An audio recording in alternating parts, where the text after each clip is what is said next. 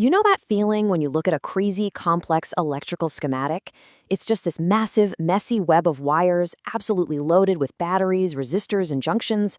Honestly, it can feel like looking at pure chaos, right? It's like this ridiculous tangle of pathways where electricity just seems to zip around in entirely unpredictable ways. But, well, here's the secret. It's actually not unpredictable at all. Today, we're going to unlock the master keys that decode these complex electrical networks. And I promise you, by the end of this explainer, you are going to see perfect, elegant order exactly where you previously just saw chaos. So here is the core mystery we're tackling today. Think about a circuit that's got several batteries and resistors connected across a bunch of different branches. How exactly is the electrical current distributed through all that? And mathematically speaking, how do we pin down the exact voltage across every single component? When you just stare at a schematic, it looks like a completely impossible maze of energy. But that chaos instantly organizes itself once you actually possess the right tools. To really understand this, we need to meet the mastermind himself, Gustav Kirchhoff. Back in the 19th century, he was looking at these tangled webs of electrical pathways, and he had a brilliantly simple insight. He realized that solving all of this circuit logic didn't require inventing some whole new branch of complex mathematics. Actually, quite the opposite. He proved that understanding these networks all comes down to two universal laws of conservation. These are the fundamental principles that govern the physical reality of our entire universe. So he gave us two master keys, and we are going to explore both of them right now. All right, the first master key is just wonderfully straightforward. It's called Kirchhoff's current law, or KCL for short. Simply put, it says that at any junction in a circuit, the total current entering perfectly equals the total current leaving. Now, why is this absolutely crucial? Because this isn't just some neat little math trick. It is the physical reality of the conservation of electric charge in action. You can't magically create new electrons out of thin air, and you can't just delete them from existence either. Whatever electrical charge goes into a junction literally must come out. Picture a main pathway where the total current, let's call it I1, is flowing along until it hits a junction, basically a fork in the road. Naturally, the current splits into two parallel branches, I2 and I3, so it can travel through those two resistors. You know, I always love to think about this like water flowing through pipes. If you have 10 gallons of water pumping through a massive main pipe and it hits a wide junction, the water divides.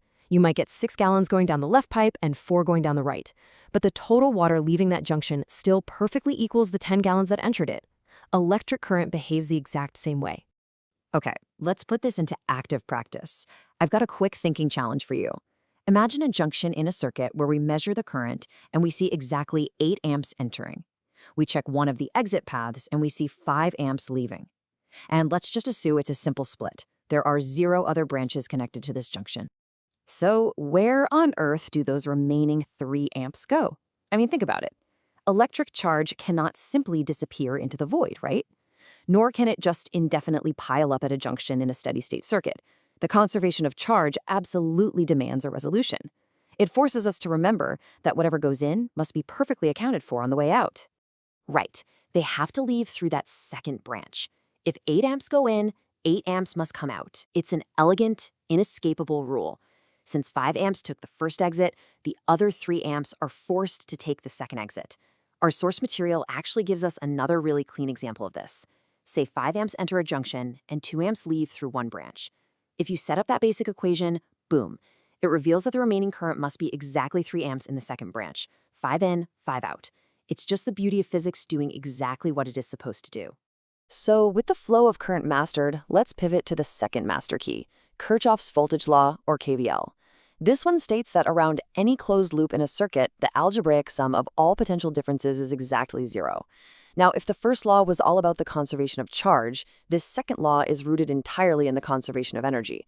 As an electrical charge travels in a complete loop around a circuit, starting at the battery, pushing through the components, and returning back to the battery, it gains energy from the power source and expends that exact same amount of energy pushing through the resistors. So when you add it all up, the net change is 0. Let's ground this abstract math for a second, because it actually makes perfect sense when you just look at the numbers. Picture a really simple loop with a 12-volt battery acting as our supplier. It's providing 12 volts of energy to push the charge around. Now, in this loop, let's say we have 2 resistors. The charge loses 5 volts dropping across the first resistor, and it loses 7 volts dropping across the second resistor. The equation balances out perfectly. 12 minus 5 minus 7 equals exactly 0. the energy supplied by the battery perfectly equals the total energy lost in those resistors. Here is why this law is such a real game changer. It lets us solve for the unknowns in literally any circuit.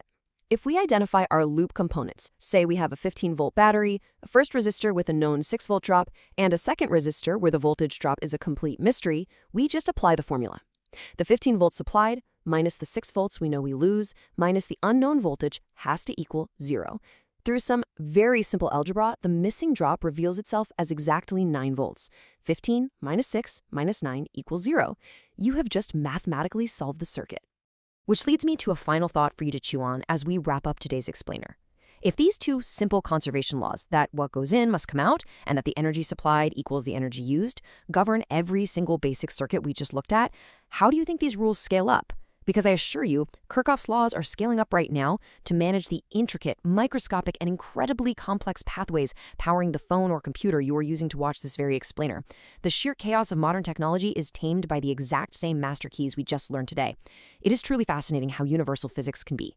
Keep exploring, keep applying these master keys, and I will see you next time.